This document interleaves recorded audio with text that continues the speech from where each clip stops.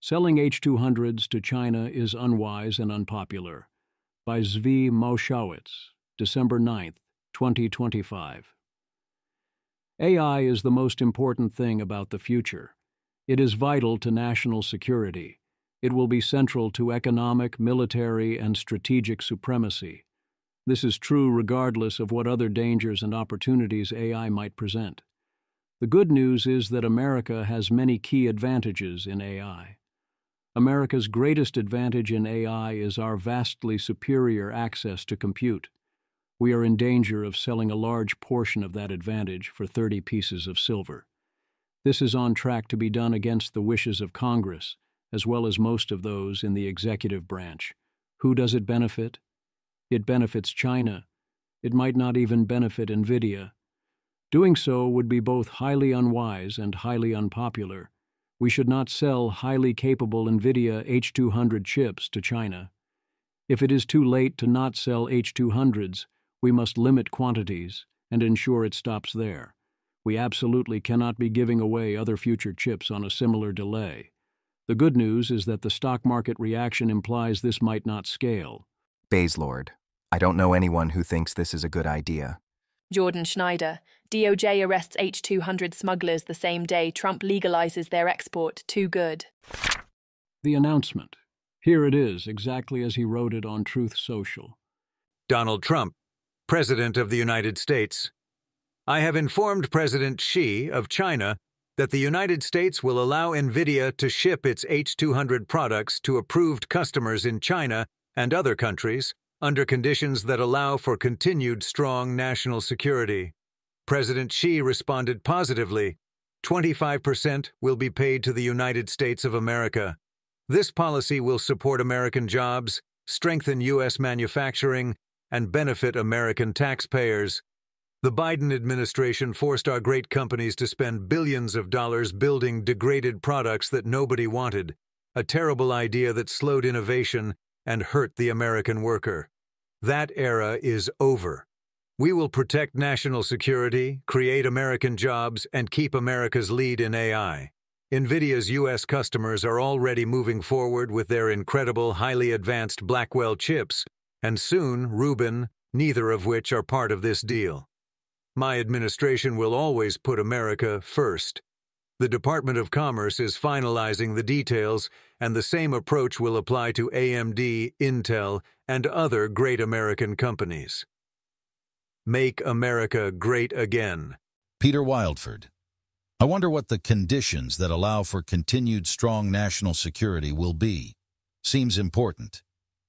The conditions that allow clause could be our out to at least mitigate the damage here, since no, these sales would not allow for continued strong national security. I believe this would, if it was carried out at scale without big national security conditions attached, be extremely damaging to American national interests and national security and our ability to beat China in any meaningful sense, in addition to any impacts it would have on AI safety and our ability to navigate and survive the transition to superintelligence. This is happening despite strong opposition from Congress, what looks like opposition from most of those in the executive branch, deep unpopularity among experts and the entire policy community, and the strong advice of America's strongest AI champions on the software side, and unpopularity with the public. The vibes are almost entirely, this is a terrible decision, what are we even doing? The only ways I can think of for this to be a non-terrible idea are either if the Chinese somehow refuse the chips, in which case it will do little harm but also little good, or, and to be fully clear on this possibility, I have zero reason to believe this to be the case, that H200s have some sort of secret remote control or backdoor. I presume this decision comes from a failure by Trump to appreciate the strategic importance, power, and cost efficiency of the H200 chips, combined with aggressive pushing of this from those including David Sachs, who have repeatedly put private industry interests, especially those of Nvidia, above the interests of America. How bad would this be? Alex Stapp, IFP. Massive own goal to export these AI chips to China. The H200 is 6 times more powerful than the H20, which was previously the most powerful chip approved for export. Our compute advantage is the main thing keeping us ahead of China in AI. Why would we throw that away? Chris Maguire, Counsel on Foreign Relations. This is the single biggest change in US-China policy of the entire administration, signaling a reversion to the cooperative policies of the 2000s and early 2010s, and away from the competitive policies of Trump 1 and Biden. It is a transformational moment for US technology policy, which until now had been predicated on investing at home while holding China back. Now we are trying to win a race against a competitor who doesn't play by the rules. Chris Maguire. This is a sea change in US policy and a significant strategic mistake. If the United States sells AI chips to China that are 18 months behind the frontier, it negates the biggest US advantage over China in AI. Here are 4 reasons that this new policy helps China much more than it helps the United States. 1. No Chinese AI chip firm poses a strategic threat to Nvidia or any other US firm. China does not plan to make a chip better than the H200 until Q4 2027 at the earliest. It also is severely constrained in the number of lower-quality chips it can make, and China will continue to do everything in its power to reduce its dependency on US AI chips, even while it retains access to US chips. 2. Because the US lead over China in AI chips is rapidly increasing, a fixed 18-month delay will be even more beneficial to China in the coming months and years.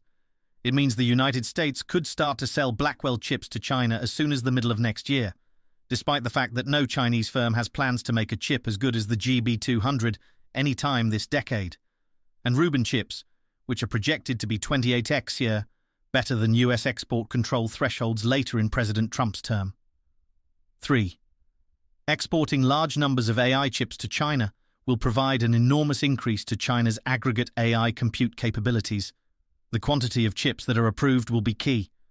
Large quantity exports will also allow China to compete with US firms in AI infrastructure construction globally, including with good enough AI data centers that use previous generation technology but are subsidized by the Chinese government and cheaper than US offerings. Right now, China cannot offer any product that can compete globally with US data centers. That is about to change. 4. We got nothing in exchange for this. This is a massive concession to China, reversing the most significant US technology protection policy vis-à-vis China that has ever been implemented, and China's second most significant criticism of US policy, behind only US support for Taiwan. But the way reporting frames it, this is a unilateral US concession. If the tables were turned, China would not give the United States H200s, and if they did, they certainly wouldn't give it to us for free. Peter Wildford, 100 points emoji. On these notes on selling China the H200 chip. Gives China access to chips approximately 2 years ahead of what they can make. Doesn't slow down China development much. If we allow large quantities of exports, it's all China needs to compete with US AI plus cloud. United States gets nothing in return, other than the 25% cut. Right now, we have a huge compute advantage. This gives a lot of that away. Selling H200s would be way, way less bad than selling China the B30A. Selling H200s would be way, way worse than selling China the H20. Tim Fist. The H200 belongs to the previous Hopper generation of Nvidia AI chips. These are still widely used for frontier AI in the US, and will likely remain so for 1 to 2 years. 18 of the 20 most powerful publicly documented GPU clusters primarily use Hopper chips.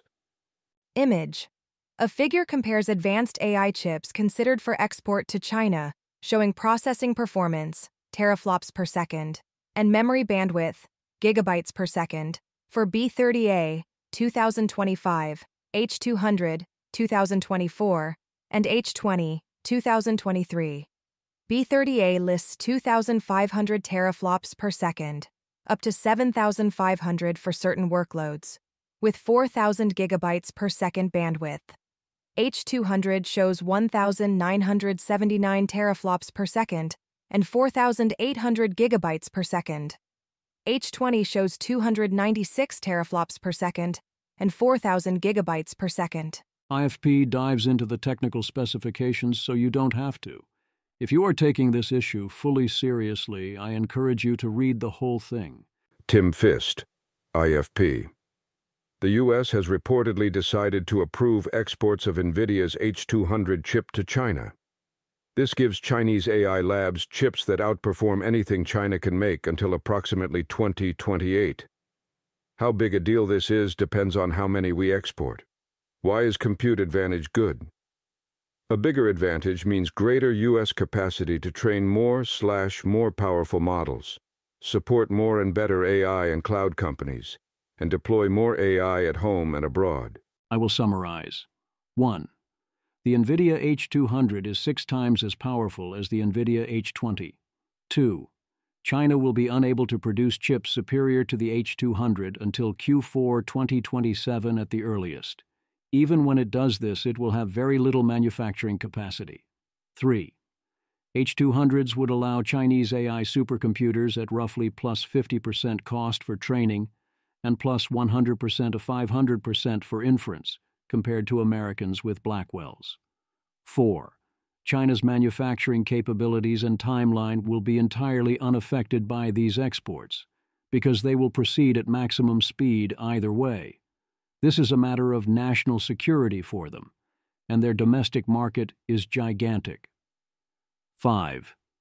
Every chip we export is a chip that would have gone to America instead. That last point is important. There is demand for as many chips as we can manufacture. Every time we task as fab with producing an H200 to sell to China, it could have produced a chip for America, or sold that H200 to America. So is our massive compute manufacturing advantage. It's big. Image. A bar chart compares AI chip production by United States and Chinese firms in 2025 and 2026, measured in B300 equivalents. It shows the United States at 3.7 million, 2025, and 6.9 million, 2026, while China's estimates range roughly 40,000 to 158,000 in 2025 and 62,000 to 160,000 in 2026, with colors distinguishing Nvidia/other United States designers from Huawei/other Chinese designers, highlighting a large gap. How much would H200 exports erode our compute advantage? Quite a lot. Image. A graphic with 3 pie charts titled, H200 exports would substantially reduce America's AI compute advantage over China. It shows 2026 AI compute shares under 3 scenarios. No exports, United States 73%, partners 25%. Conservative H200 exports, United States 66%, partners 22%, China 12%. And aggressive H200 exports, United States 52%, partners 17%, China 30%. Is there a Steelman case for this other than trade always good? Essentially, no. The vibes were universally terrible. Nobody wants this. Well, almost no one. Drew Pavlu.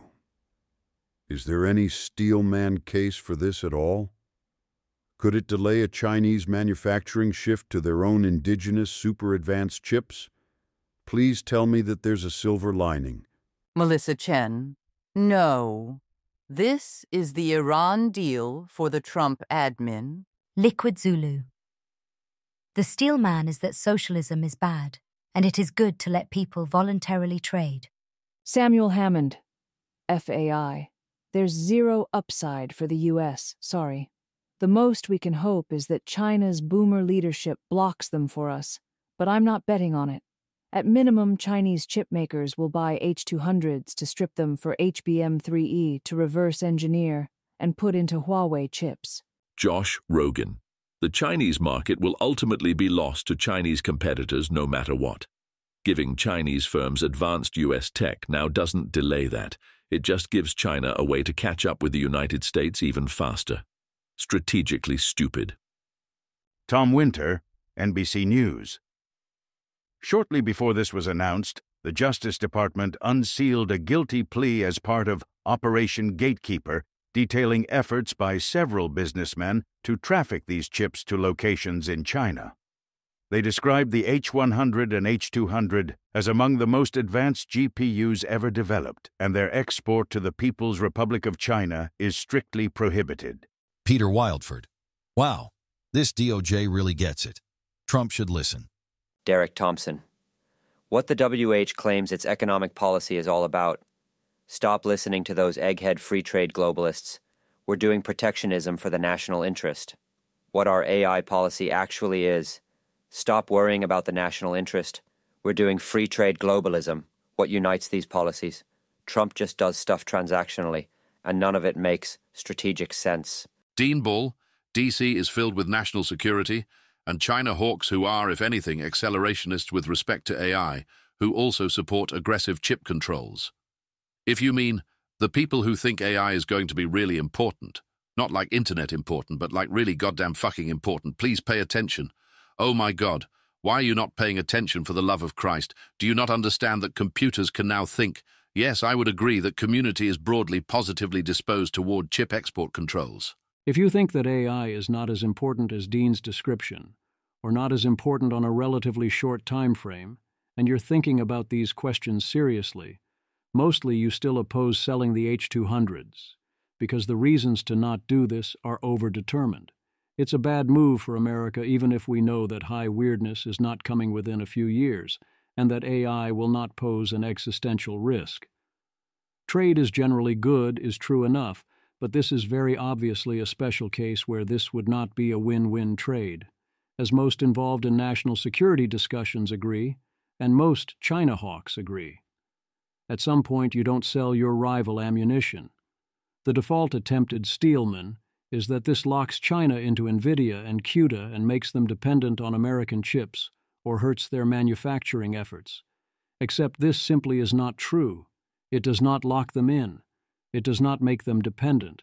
It does not slow down their manufacturing efforts. There are those who say this is good for open source, and what they mean is this is good for Chinese AI models. There is that, I suppose. The other Steelman is the American government is getting 25%. Trump loves the idea of getting a cut of deals like this, and this is better than nothing in that it likely lowers quantity traded and the money is nice. But ultimately, 25% of the money is, again, chump change versus the strategic value of the chips. Semaphore tries to present a balanced view, pitching the perspective of H200s as a middle ground between H20s and B30As and trotting out the usual strawman cases without addressing the specifics. One certainly hopes this isn't being done to try and win other trade concessions such as soybean sales. Not that those things don't matter, but the concessions available matter far less than the stakes in AI. Compute is a key limiting factor for China and Chinese labs. In particular, compute is a key limiting factor for DeepSeek. DeepSeek has made this clear many times over the past 2 years. DeepSeek recently came out with v3.2. Their paper makes clear that this could have been a far more capable model if they had access to more compute, and they could be serving the model far faster. DeepSeek's training runs have, by all reports, repeatedly run into trouble because of lack of compute and attempts to use Huawei chips. This extends to the rest of the Chinese model ecosystem. China specializes in creating and using models that are cheap to train and cheap to use, partly because that is the niche for fast followers, and also largely because they do not have the compute to do otherwise. If we gave the Chinese AI ecosystem massive amounts of compute, they would be able to train frontier models, greatly increasing their share of inference. Their startups and AI services would be in much better positions against ours across a variety of sizes and use cases. Our commercial and cultural power would wane. Compute is the building block of the future. We have it. They want it. Our advantage in compute could rapidly turn into a large disadvantage. China's greatest strength in AI is that it has essentially unlimited access to electrical power.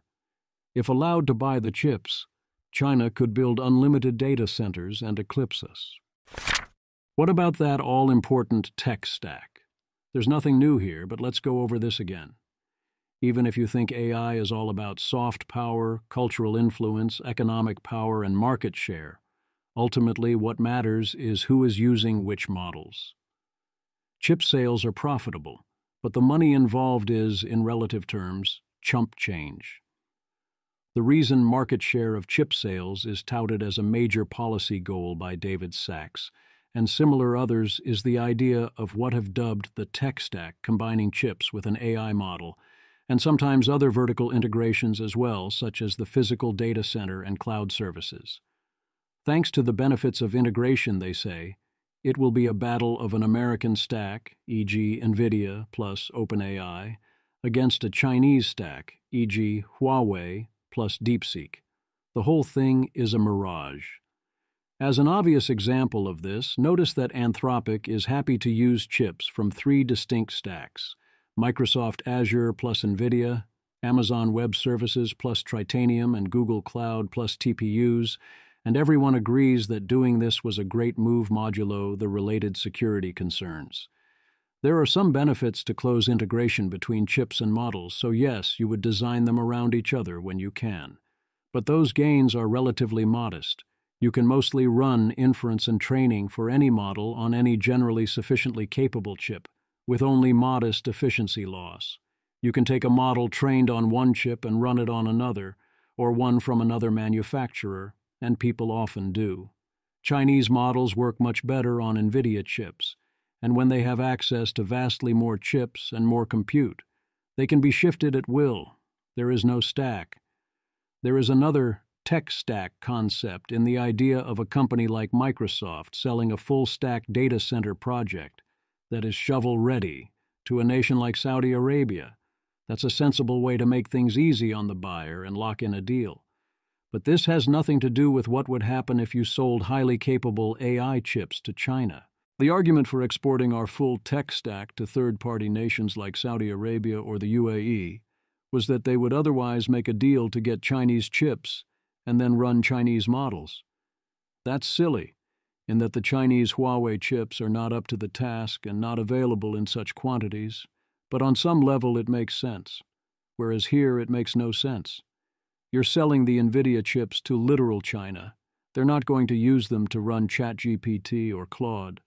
Every chip they buy helps train better Chinese models and is one more chip they have spare for export. Selling H200s hurts America in the AI race. The most important weapon in the AI race is compute. If it is so important to win the AI race and not lose to China, the last thing we should be doing is selling highly capable AI chips to China. If you want to sell the H200 to China, you are not prioritizing beating China.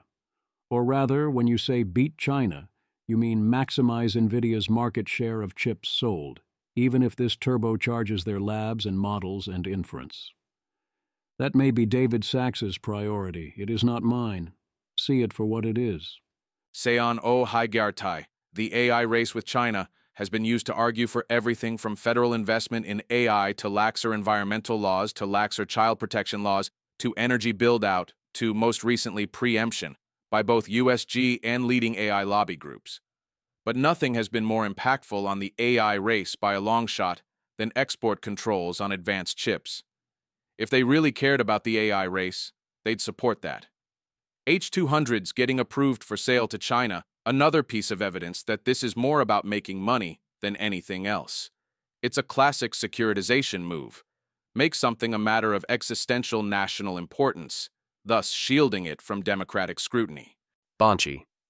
Kind of hard to keep telling people that they must accept bad policy to win the AI race against China, when we turn around and sell them the chips they need to win the AI race.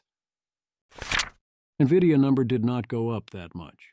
Nvidia down about 7% over the last month did pop approximately 1.3% on the announcement. In the day since it's given half of that back, with an overnight pop in between, you might assume that, whoever else lost, at least Nvidia would win from this. The market is not so clear on that. This leaves a few possibilities. 1. This probably won't happen.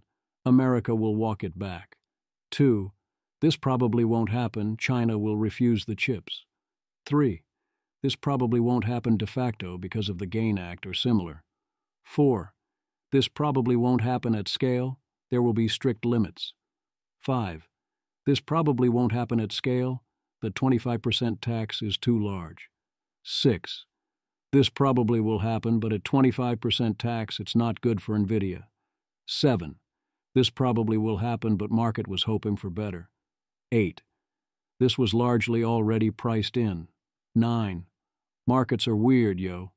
CNBC's analysis here expects $3.5 billion in quarterly revenue, which would be a disaster for national security and presumably boost the stock. But then again, consider that Nvidia is capacity constrained. They can already sell all their chips. So do they want to be selling some of them with a 25% tax attached in a vainglorious quest for market share? The market might think Jensen Huang is selling out America without even getting more profit in return. Another factor is that when the announcement was made, the Nasdaq ex Nvidia didn't blick, nor was there a substantial move in AMD or Intel. Selling China a lot of inference chips should be bad for American customers of Nvidia, given supply is limited.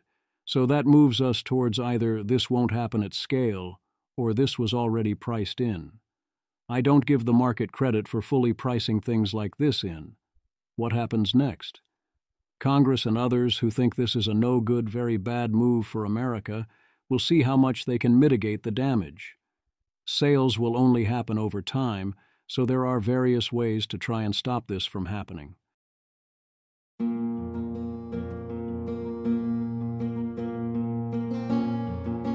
This has been an episode of the Don't Worry About the Vase podcast. If you enjoyed this podcast, please visit thezv.substack.com to support the author. If you enjoy having AI-narrated episodes, please note this is a listener-supported podcast. To receive new posts and support the cost of creation, consider becoming a subscriber at dwatvpodcast.substack.com. Thanks for listening.